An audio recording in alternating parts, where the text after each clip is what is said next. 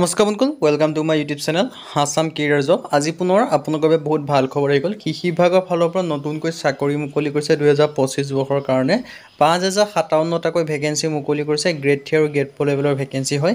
10 পাছ 12% degree pass সকলোৱে আবেদনসমূহ কৰিব পাৰিব। অসমৰ সকলোৰে বাবে চাকৰি আহিছে। সো কেনেদৰে আবেদনসমূহ কৰিব পাৰিব, কোনটো পদৰ ক্ষেত্ৰত কিমানকৈ এজ ক্ৰাইটেৰিয়া বিচাৰিছে, কোৱালিফিকেশ্যন বিচাৰিছে, সিলেকশ্যন প্ৰচিডিউৰ কি হ'ব, এই সকলোখিনি কথা এই ভিডিঅ' যোগে আলোচনা কৰা হ'ব। সো যদি ভিডিঅ'টো ভাল পায় ভিডিঅ' লাইক কৰিব পাৰে, লগতে চেনেলটো ছাবস্ক্ৰাইব কৰি দিব পাৰে এনেকুৱা ধৰণৰ ভিডিঅ'সমূহ প্ৰতিদিনে পাই থাকিব পাৰে। আৰু আমাৰ হোৱাটছআপ চেনেল ভিডিঅ' ডেছক্ৰিপশ্যনত দিয়া আছে, তাত গৈ ফ'ল'টো কৰি লওক, তেতিয়া আপোনালোকে ডেইলি জবৰ আপডেটসমূহ পাই থাকিব পাৰিব। আৰু ভিডিঅ'টো যিমান পাৰে সিমান বন্ধুৰ মাজত শ্বেয়াৰ কৰি দিয়ক, যাতে ডেইলি আপোনালোকে জবৰ আপডেটসমূহ পাই থাকিব পাৰে। আহক আজি ভিডিঅ'টো আৰম্ভ কৰোঁ। ইয়াত হৈছে কৃষি বিভাগৰ ৰিক্ৰুটমেণ্ট আছে 2025 বৰ্ষৰ কাৰণে জুলাই মাহৰ 30 তাৰিখে নটিফিকেশ্যনখন ৰিলিজ কৰিছে। এপ্লাই ফৰ ফিল্ড এছিষ্টেণ্ট ভেকেঞ্চিৰ আপোনালোকে এটা নটিফিকেশ্যন মুকলি কৰিছে। দেখিছে কৃষি বিভাগৰ ফালৰ পৰা ভেকেঞ্চিখিনি আহি গৈছে। চ' আপোনালোকৰ এটা ডাঙৰ সুযোগ আহি গ'ল, যিসকলে কৃষি বিভাগৰ ক্ষেত্ৰত ভেকেঞ্চিৰ ক্ষেত্ৰত আবেদনসমূহ কৰিম বুলি ভাবি আছিলে, তেওঁলোকৰ বাবে ভাল খবৰ হয়, যিহেতু কৃষি বিভাগৰ ভেকেঞ্চিসমূহ আহি গৈছে। কেনেদৰে আবেদনসমূহ কৰিব ষ্টেপ বাই ষ্টেপ আপোনালোকক এই ভিডিঅ' যোগে দেখাই দিয়া হ'ব। তাৰ আগতে মই আপোনালোকক এই ভেকেঞ্চিখিনি এটা অভাৰভিউ জনাই দিব বিচাৰিছোঁ। চ' ভিডিঅ'টো আপোনালোকে শেষলৈকে চাই থাকিব। অভাৰভিউ দেখিব যে কৃষি বিভাগ ৰিক্ৰুটমেণ্ট 2025ৰ কাৰণে আহিছে।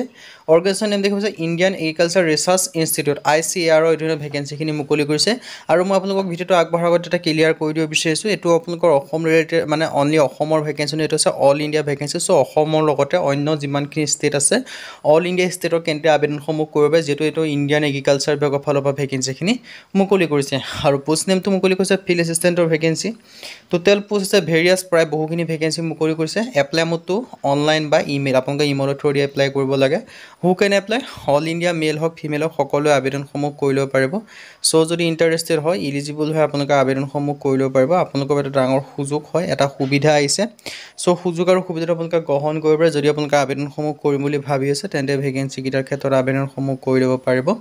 ইয়াত আপোনালোকে দেখিব পাৰিছে কৃষি বিভাগ ৰিক্ৰুটমেণ্ট 2025ৰ কাৰণে চেলাৰীৰ ক্ষেত্ৰত আপোনালোকে 28,000 পৰা 68,000 টকা পৰ্যন্ত আপোনালোকে চেলাৰীসমূহ লাভ কৰিব পাৰিব।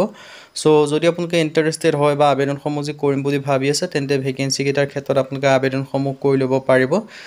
মই ডিটেইলছখিনি সকলোখিনি জনাই আছোঁ। এজ লিমিট 18 পৰা 25 বছৰলৈকে পাৰিব। লগতে আপোনালোকে এজ ৰিলেক্সেশ্যনসমূহ লাভ কৰিব পাৰিব। SC SC ক্ষেত্ৰত 5 বছৰকৈ ৰিলেক্সেশ্যনসমূহ লাভ কৰিব, OBC ক্ষেত্ৰত 3 বছৰকৈ লাভ কৰিব, আৰু PWBDৰ ক্ষেত্ৰত 10 বছৰ পৰ্যন্ত ৰিলেক্সেশ্যনসমূহ লাভ কৰিব পাৰিব। SC SC কেণ্ডিডেটে 50 বছৰলৈকে পাৰিব, OBC কেণ্ডিডেটে 48 বছৰলৈকে এপ্লাই কৰিব পাৰিব, আৰু PWBD কেণ্ডিডেটে আপোনালোকৰ 55 বছৰ পৰ্যন্ত আবেদনসমূহ কৰি ল'ব পাৰিব। চ' যদি আপোনালোকে ইণ্টাৰেষ্টেড হয়, আবেদনসমূহ যি কৰিম বুলি ভাবিছে, তেন্তে ভেকেঞ্চিকেইটাৰ ক্ষেত্ৰত আবেদনসমূহ কৰি ল'ব পাৰিব। আৰু এপ্লিকেশ্যন ফিজৰ ক্ষেত্ৰত ইয়াত কোনো এপ্লিকেশ্যন ফিজ দিয়াৰ প্ৰয়োজন নাই। চিলেকশ্যন প্ৰচেছৰ অনলি ইণ্টাৰভিউ বেছড চিলেকশ্যনসমূহ কৰা হ'ব। এডুকেশ্যন কোৱালিফিকেশ্যন 10 পাছ কেণ্ডিডেটে ভেকেঞ্চিকেইটাৰ ক্ষেত্ৰত আবেদনসমূহ কৰি ল'ব পাৰিব। চ' অনলি যদি 10 পাছ হয়, তেতিয়া আবেদনসমূহ কৰিব পাৰিব। 10 পাছ হওক 12 পাছ হওক গ্ৰেজুৱেশ্যন সকলোৱে আবেদনসমূহ কৰিব পাৰিব। 10 পাছ কৰিলেও আপোনালোকে আবেদনসমূহ কৰি ল'ব পাৰিব। চ' ইম্পৰ্টেণ্ট ডকুমেণ্টছৰ কথা জনাইছোঁ, আপোনালোকক কি ডকুমেণ্টছৰ প্ৰয়োজন হ'ব। বিশেষকৈ ইয়াত আপোনালোকৰ এপ্লাই কৰিবলৈ প্ৰয়োজন হ'ব passport size photograph, signature, Aadhaar card, education certificate, caste certificate, age proof, এইকেইটা ডকুমেণ্টছ প্ৰয়োজন হ'ব। এইকেইটা ডকুমেণ্টছ হ'লে আপোনালোকে আবেদনসমূহ কৰি ল'ব পাৰিব। চ' যদি আপোনালোকে ইণ্টাৰেষ্টেড হয় বা আবেদনসমূহ যি কৰিম বুলি ভাবি আছে, তেন্তে ভেকেঞ্চিকেইটাৰ ক্ষেত্ৰত আবেদনসমূহ কৰি ল'ব পাৰিব। ডিটেইলছখিনি মই আপোনালোকক জনাই দিছোঁৱেই। আপোনালোকৰ বাবে এটা ডাঙৰ সুযোগ হয়, এটা সুবিধা আহিছে। চ' সুযোগ আৰু সুবিধাটো আপোনালোকে গ্ৰহণ কৰিব পাৰে। চ' যদি আপোনালোকে আবেদনসমূহ কৰিম বুলি ভাবি আছে, তেন্তে ভেকেঞ্চিকেইটাৰ ক্ষেত্ৰত আবেদনসমূহ কৰি ল'ব পাৰিব। ইয়াত ধুনীয়াকৈ ডিটেইলছখিনি আপোনালোকে দেখিব পাৰিছে। হাউ টু এপ্লাই ক্ষেত্ৰত মই আপোনালোকক জনাই দি গৈছোঁ যে ভেকেঞ্চিৰ ক্ষেত্ৰত কেনেদৰে আবেদনসমূহ কৰি ল'ব পাৰিব। ইয়াৰ ক্ষেত্ৰত ভালদৰে আপোনালোকে পঢ়ি চাব। পঢ়ি চোৱাৰ পিছত যিটো লিংক আছে, সেই লিংকত যাব। লিংকত গৈ ৰেজিষ্ট্ৰেশ্যন কৰিব। ৰেজিষ্ট্ৰেশ্যন কৰাৰ পিছত আপোনালোকে এপ্লাই অপশ্যন পাব, তাত গৈ আপোনালোকে এপ্লাইসমূহ কৰি ল'ব পাৰিব। চ' যদি আপোনালোকে ইণ্টাৰেষ্টেড হয়, যদি আপোনালোকে এলিজিবল হয়, আবেদনসমূহ যি কৰিম বুলি ভাবিছে, তেন্তে ভেকেঞ্চিকেইটাৰ ক্ষেত্ৰত আবেদনসমূহ কৰি ল'ব পাৰিব। এটা ডাঙৰ সুযোগ আহিছে, এটা সুবিধা আহিছে। চ' সুযোগ আৰু সুবিধাটো আপোনালোকে গ্ৰহণ কৰিব পাৰে, যদি আপোনালোকে আবেদনসমূহ কৰিম বুলি ভাবি আছে। আজি ভিডিঅ' যদি ভিডিঅ' ভাল লাইক কৰিব পাৰে, লগৰ চেনেলটো ছাবস্ক্ৰাইব কৰিব পাৰে, এনেকুৱা ভিডিঅ'সমূহ প্ৰতিদিনে পাই থাকিব। আজিৰ